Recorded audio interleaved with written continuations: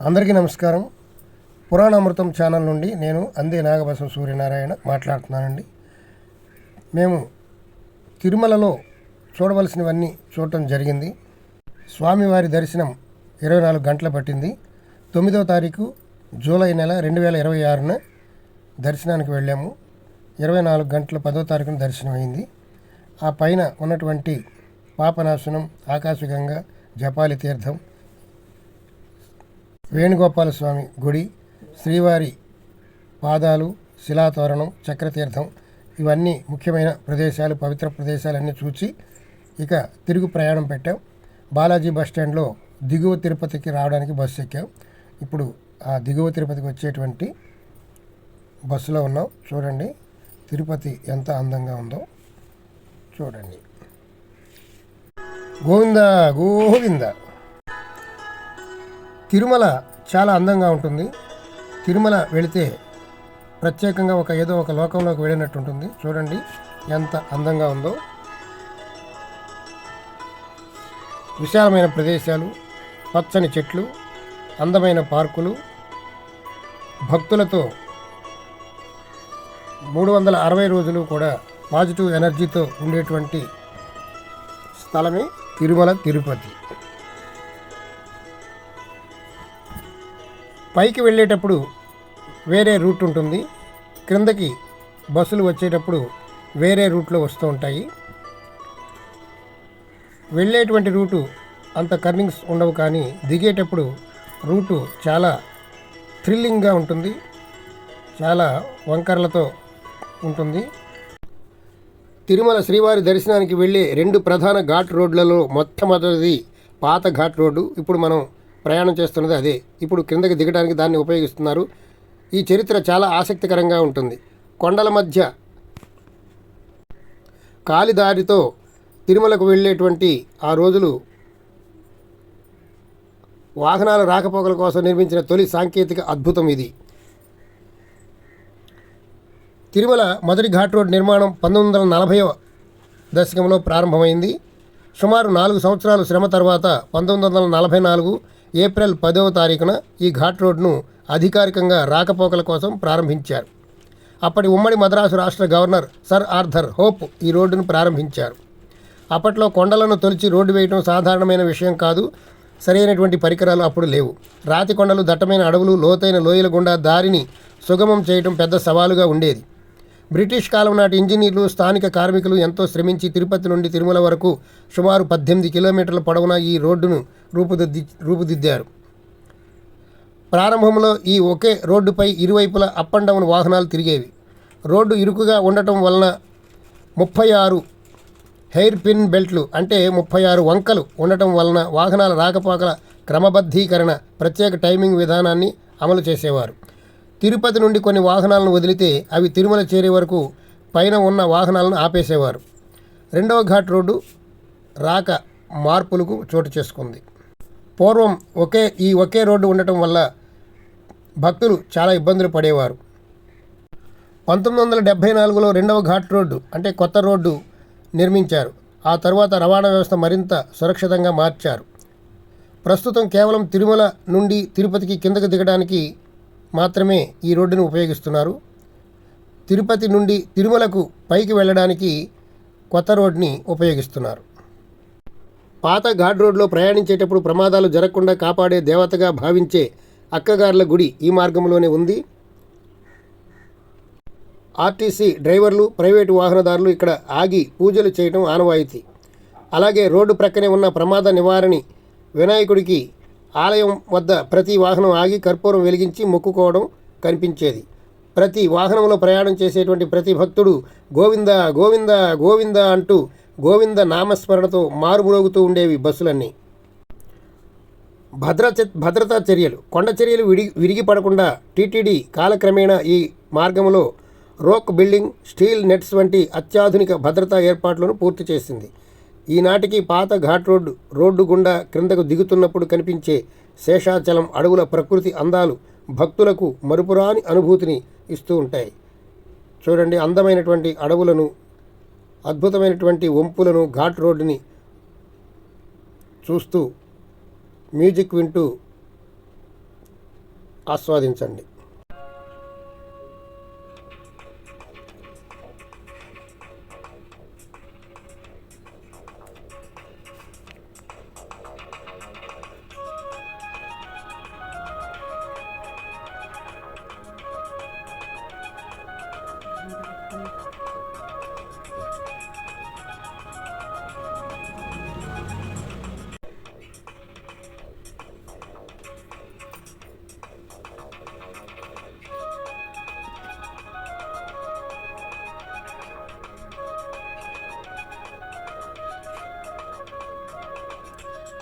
ఈ ప్రక్కనే వస్తున్నటువంటి భక్తులు కాలినడకన వచ్చేటువంటి వారికి,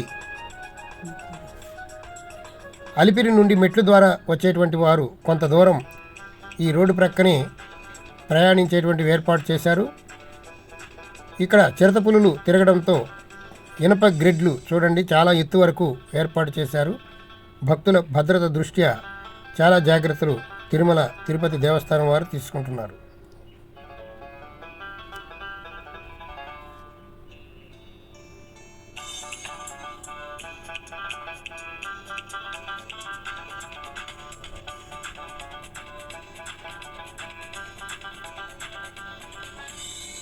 ప్రతిరోజు కొన్ని వేల మంది భక్తులు ఈ నడక మార్గాన్ని ఎంచుకొని వస్తూ ఉంటారు.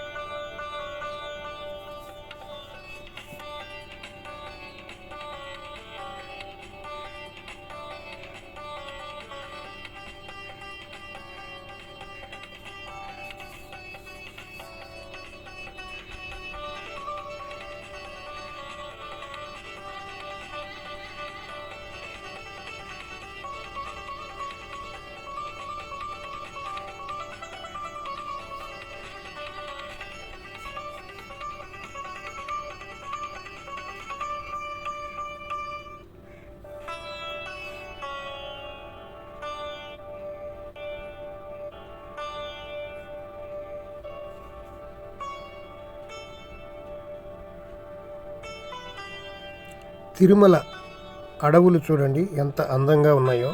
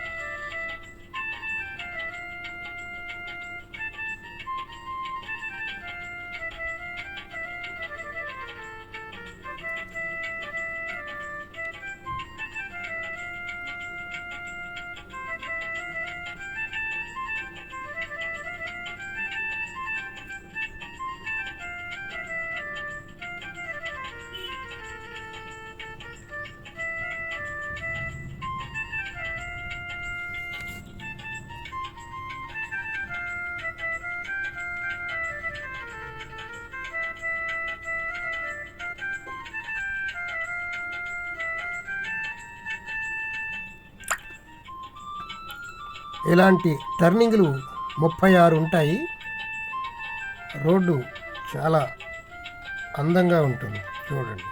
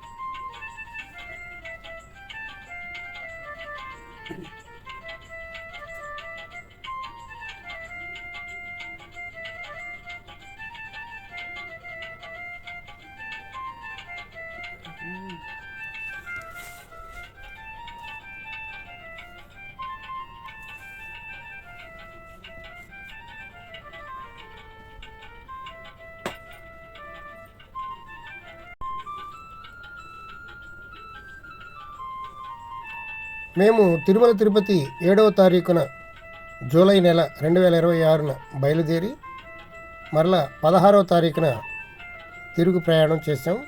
9 రోజులు యాత్ర చేసాం. తిరుమలలో ఉన్నటువంటి అన్నీ కూడా తృప్తిగా దర్శనం చేసుకుని రావడం జరిగింది. దిగువ తిరుపతిలో ఉన్నటువంటి గోవిందరాజు గుడి, అలివేలు మంగాపురం, కాణిపాకం, శ్రీకాళహస్తి, గుడిమల్లం, తొండమాన్పురంలో ఉన్నటువంటి వెంకటేశ్వర స్వామి వారిని కూడా దర్శించుకొని మేము తిరిగి రావడం జరిగింది. తొండమాన్పురంలో ఒక ప్రత్యేకత ఉంది. శ్రీనివాసుడు అక్కడ కూర్చొని ఉన్నటువంటి ప్రతిమలను మేము చూసాం. వెంకటేశ్వర స్వామి విగ్రహాలు ఎక్కడైనా కూర్చొని ఉండటం మీరు చూసినట్లయితే కామెంట్ రూపంలో తెలియజేయండి. ఈ తొండమాన్పురంలోనే వెంకటేశ్వర స్వామి కూర్చున్నటువంటి ప్రతిమలను మనం చూడగలం. తొండమాన్ చక్రవర్తి వయసులో ఉన్నప్పుడు ప్రతిరోజు తొండమాన్పురం నుండి తిరుమలకు వచ్చి దర్శనం చేసుకునేవాడు. ఆయన ముసలితనం అయిపోవటం వల్ల శ్రీనివాసుడే తొండమాన్పురం వెళ్ళి అక్కడ భక్తులకు దర్శనమిచ్చినట్లు చరిత్ర పురాణాలు చెప్తున్నాయి. అందుకని అక్కడ విగ్రహాలు కూర్చొని ఉన్నట్లుగా మనకి తోస్తాయి. ఆలయం చాలా అద్భుతంగా ఉంది. మా రాబోయేటువంటి వీడియోలో ఈ తొండమాన్పురం కూడా ప్రత్యేకించి వీడియో చేయటం జరుగుతుంది, మీరు చూడవచ్చు.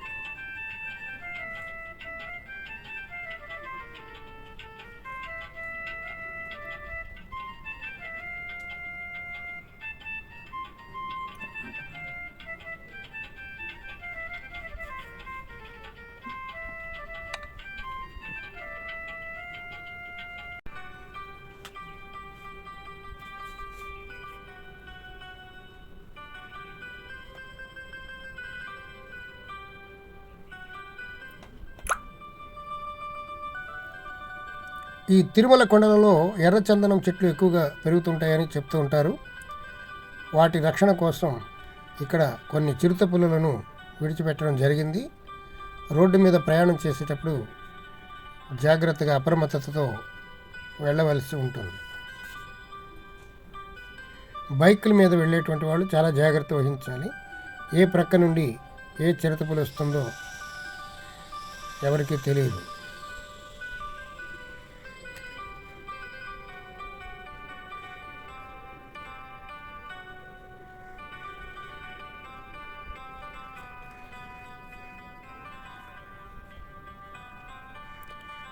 చల్లని వాతావరణం, ఆహ్లాదకరమైనటువంటి ప్రకృతి సౌందర్యాలు, అందమైనటువంటి వంపులు కలిగినటువంటి రోడ్డు, ఈ ప్రయాణం నిజంగా ఎంతో ఆనందాన్ని, ఉత్సాహాన్ని కలుగజేస్తూ ఉంటుంది.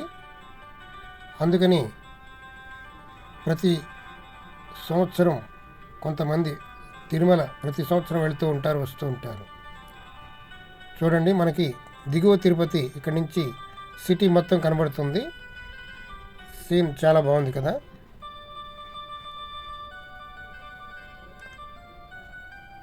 తిరుపతి మొత్తం ఇక్కడి నుంచి చూడవచ్చు. చూడండి,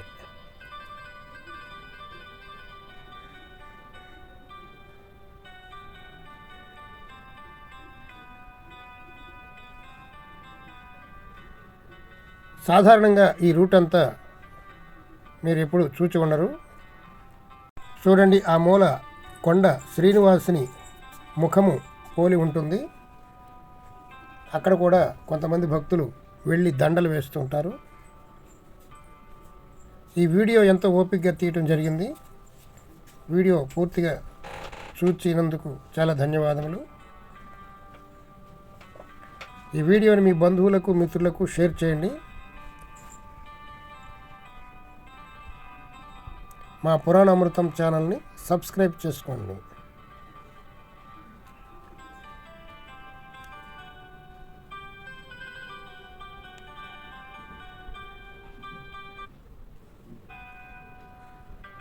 ఇదిగోండి, కింద చెక్ పోస్ట్ దగ్గరికి వచ్చేసాం.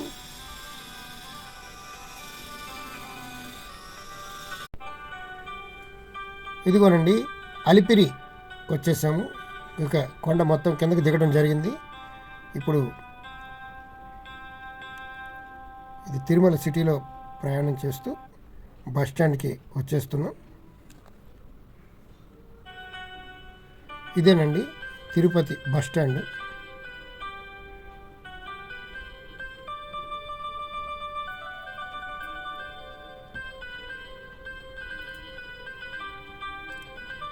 ఇక్కడి నుంచి మా తదుపరి ప్రయాణం అలివేలు మంగాపురం వెళ్ళాలి.